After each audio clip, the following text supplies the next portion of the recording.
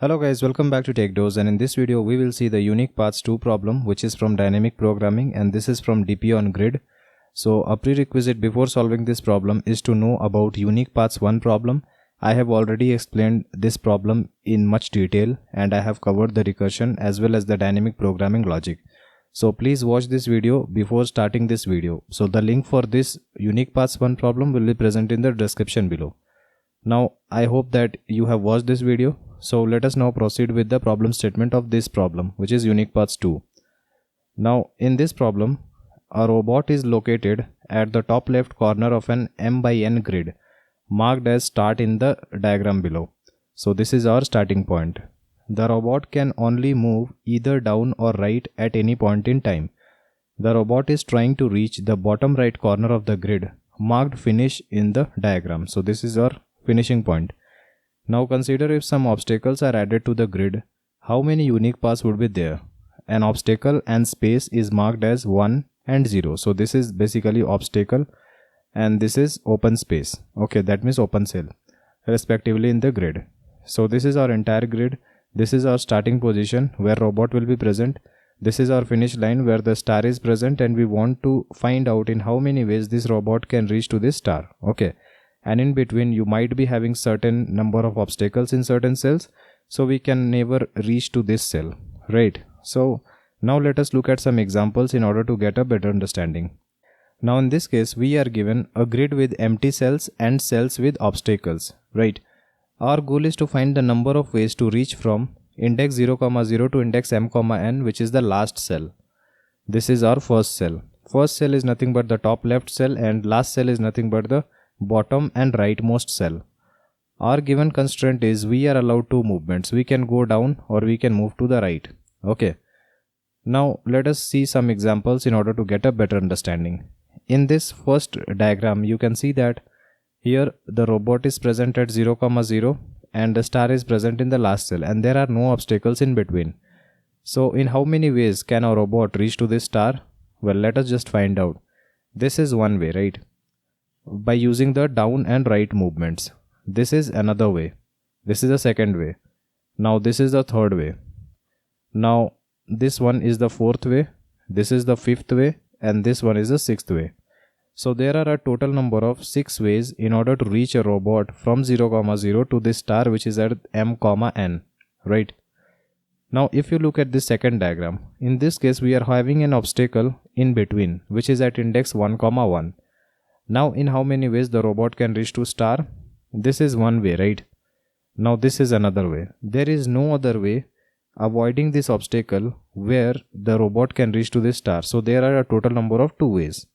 Now if you look at this third diagram, in this case index 1, 0 is having an obstacle and index 1, 1 is having an obstacle, right? So in how many ways can the robot reach to this star? There is exactly one way. Therefore, the number of ways for a robot to reach to star is only 1. Now, if you look at this last diagram, then in this case, in how many ways the robot can reach to this star? Well, there will be 0 number of ways because we cannot cross a cell having an obstacle, right? So there is no way to reach from this robot to star. Therefore, there will be a total of 0 number of ways. I hope you understood the problem statement and what it is asking. Now, just for a quick recap, whatever we learned in the previous problem of unique paths 1 problem, in that problem we were given a grid, okay, and if you want to find in how many ways can we reach to a given cell, let's say in this case x, then that would be nothing but the number of ways to reach to A plus the number of ways to reach to B. Therefore, if we are given a cell and we want to find out in how many ways can we reach to this cell starting from index 0, 0, then that will be nothing but the sum of the top cell and the left cell. This I have already explained in my previous video, right? So this is valid for all the cells which are not in the first column and in the first row. Now let us look at another example. In this example as well, if we want to reach to a star, let's say which is present at this 2, 2, then in how many ways can we reach to this point? Well, we will be starting at 0, 0. So the number of ways to reach to this 0, 0 will always be 1, right? And in the first row, you can see that we are allowed only right and down movement. So in the first row, we can traverse all these cells only by using right movement. We cannot use this down movement because once we go down a cell, we cannot come back, right? So if we go only to the right, then there will be only one possible way to reach to this 0, 1, and similarly there will be only one possible way to reach to this 0, 2. Now similarly, if you look at this first column, then we can only use down movements in order to traverse all these cells. So there will be exactly one way to reach to all the cells in the first column, right?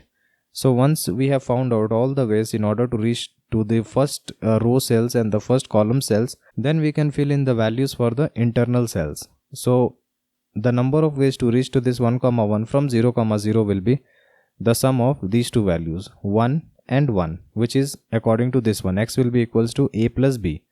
So this will be 2, and similarly for this point 1, 2, number of ways to reach from 0, 0 to 1, 2 will be 1 plus 2, which will be 3. And for this point it will be 3, 2 plus 1. And for this star position it will be 3 plus 3, which will be 6, right? So the total number of ways in order to reach from 0, 0 to the ending point 2, 2 will be equals to 6. So this is without obstacle. This I have already explained in my previous video.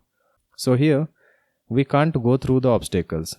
Therefore, the cells having an obstacle will have 0 ways to reach from 0, 0 or from any index, right? So let's say we are given this grid, and in this case cell 1, 1 is having an obstacle. So obviously we will not be able to reach to this cell, and therefore the number of ways to reach to this cell starting from 0, 0 or any index will be 0. Now we need to fill out the rest of the cells.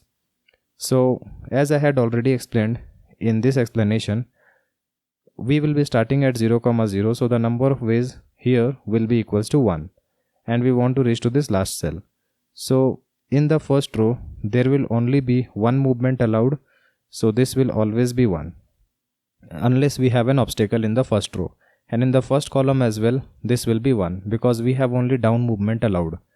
Now for the rest of the cells we will be filling x equals to a plus b. This was explained in my previous video, and this I have shown here, right? So here as you can see, this one is an obstacle, therefore we will not consider this part. For this part it will be equals to 1 plus this part. So this obstacle part will be equals to 0. So 0 plus 1 will be 1. So this will be 1. Now for this part it will be 0 plus 1, which will be 1, right? And for this last cell it will be 1 plus this 1, which will be equals to 2. So I have already filled out all the values here. You can see that the total number of ways in order to reach from 0, 0 to the last cell 2, 2 is only 2, which is this path and this path. It is due to the obstacle. If you remove this obstacle, then the number of ways will increase from 2 and it will reach to 6, right? So the thing to note here is we have to go around the obstacles. We cannot go through the obstacles. Okay. So let us look at some of the boundary cases. In this case, let us consider this example, and 0, 1 is having an obstacle and 2, 0 is having an obstacle. So how will you fill the values? We can't reach any cell from the index of an obstacle in either the first row or the first column. So if we are starting at this 0, 0, then the number of ways to reach to this 0, 0 will be 1. We want to reach to this last cell, right? Now if you consider just the first row, then only right movements were allowed. We will not be making down movements, because once you go down a cell, then we cannot move to the top cell because top movements are not allowed. So if you want to traverse all the cells in a single row, then obviously we will be allowed only one type of movement. So whatever will be the number of ways to reach to a given cell, let's say it's x, the number of ways to reach to the next cell will be the same as x, okay, because there is only one movement allowed. Now in this case, if an obstacle comes in between, then obviously you cannot jump from 0, 0 to 0, 1 because this is an obstacle and you cannot jump over this obstacle as well. Therefore these two cells will be unreachable, and therefore due to this obstacle these two cells will be blocked, and so it will be having value zeros because we will not be able to reach these cells. Similarly, if the first column is having an obstacle, then this obstacle will block all the cells which are present down, okay? So this cell 3, 0 will not be reachable, and this cell 4, 0 will not be reachable. Only we will be able to reach this cell, so this will be 1, right? So this is the boundary case. Okay, I hope you were able to understand this. Now what are the other cases? Well, other cases include those cases where the obstacles are present in the internal cells and not on the boundary cells. So if an obstacle occurs at any index, then we can't reach that index. So the number of ways to reach that index will be equals to 0.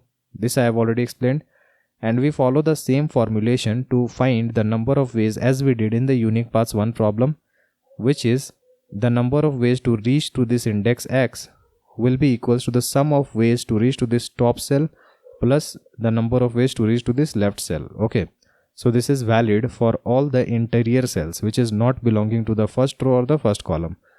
If we are considering any cell of the first column, then we will just be adding one value because only down movements are allowed. And if we are seeing any cell of the first column, then we will only be adding the value on the left hand side, right? All the interior cells will be adding 2 values because there will be 2 possible paths. Now I hope you understood this part as well. Now let us see a dry run and understand this problem completely.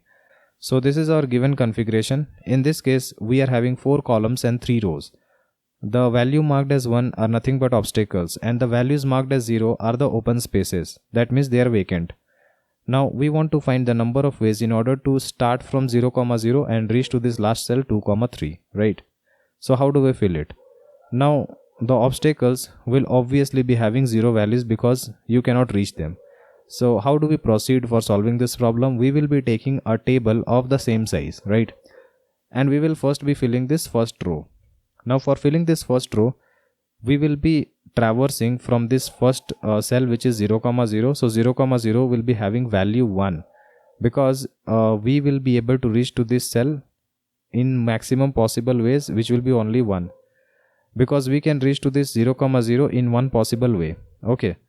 Now if you see that I have already told you that in the first row only right movements are allowed and no other movements.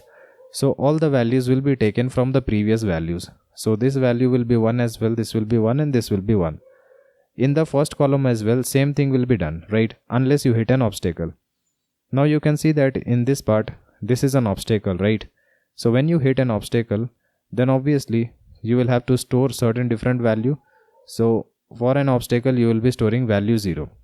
Now all the cells which is present below this obstacle will still be having value zeros. So this will also be having value 0, right? So we have filled the first row as well as the first column. Now let us fill all the interior cells. So if you look at the internal cells, then we will be starting at this 1, 1, right? So this will be nothing but the sum of these 2 values, which will be 1 and 0. So this will be 1. Now if you look at this 1, 2, then here there is an obstacle. So since this is an obstacle, we will just be filling value 0 here because it will not be possible to reach to this cell. Now if you look at this 1, 3, this is not an obstacle, this is a vacant space. So the number of ways to reach to this cell will be equals to the number of ways to reach to this cell, which is 0, 3 plus the number of ways to reach to this cell 1, 2. So that will be equals to 1. Similarly for this cell as well, we will add this 1 with 0, it will be 1. For this cell it will be 1, and for this cell as well it will be 2, which is 1 plus 1. So this is our final answer. So in this case, the total number of ways in order to start from this 0, 0 and reach to this 2, 3 will be equals to 2. And what are those 2 ways? One way is this one and another way is this one, right? So these are the only 2 possible ways so that we start at this 0, 0 and reach to the last cell. So this is the entire algorithm, and you can see that this is the same algorithm as we used in the unique paths 1 problem. Now what is the time complexity? In this case, you can see that if you are having m rows and n columns, then we are traversing all the cells exactly once. So the total number of cells are mn, therefore the time complexity will also be order of mn. Now let us look at the code. In this problem, we are given the obstacle grid, and I have found the number of rows and number of columns, and then I have taken the DP array, like the table which we will be filling at the end, right? So this will be containing the cell values as the number of ways in order to start from 0, 0 and reach to a particular cell, right? So first we will be filling the first row as I told you. Now in this case, if you are seeing a flag value, that means if flag is equals to true, that means you have already seen an obstacle. If that is true, then obviously all the values to the right hand side of an obstacle will be 0 because that will be blocking your access to all the right hand side blocks in the first row. This I have already explained. Otherwise, if you have not seen an obstacle and if the current cell is not having an obstacle, then all the values will be filled with 1, because there will exactly be one possible way in order to start from 0, 0 and reach to any cell in the first row if it is not having an obstacle in between. Okay. The same logic goes for this first column as well. Now after filling the first row and first column, we will be filling all the interior cells. So let us see how do we fill it. Now as I already explained you, I hope you have already understood that part. Because in this case we will be filling all the internal cells, so we need two parsers like I pointer and the J pointers to cover all the cells. And so we will just be comparing that if the current cell is an obstacle, then we will be filling it with 0. Otherwise, if it is not an obstacle, then we will be filling it with the sum of top and the left values. That is, x will be equals to a plus b, where a was the top value and b was the left value, and this was x, right? So this was the same logic which I used in the previous problem as well. So at the end of this algorithm, whatever is stored in the last cell, which is dp at m, n, we will be returning it as the number of ways in order to start from 0, 0 and reach to m, n. So I hope you were able to understand this entire explanation. If you have any doubt, then please watch my previous video on Unique Paths 1 problem. Still, if you have any problem, then do comment below and I'll try to help you as soon as possible. Like and share our video and subscribe to our channel in order to watch more of these programming videos. See you in our next video. Thank you.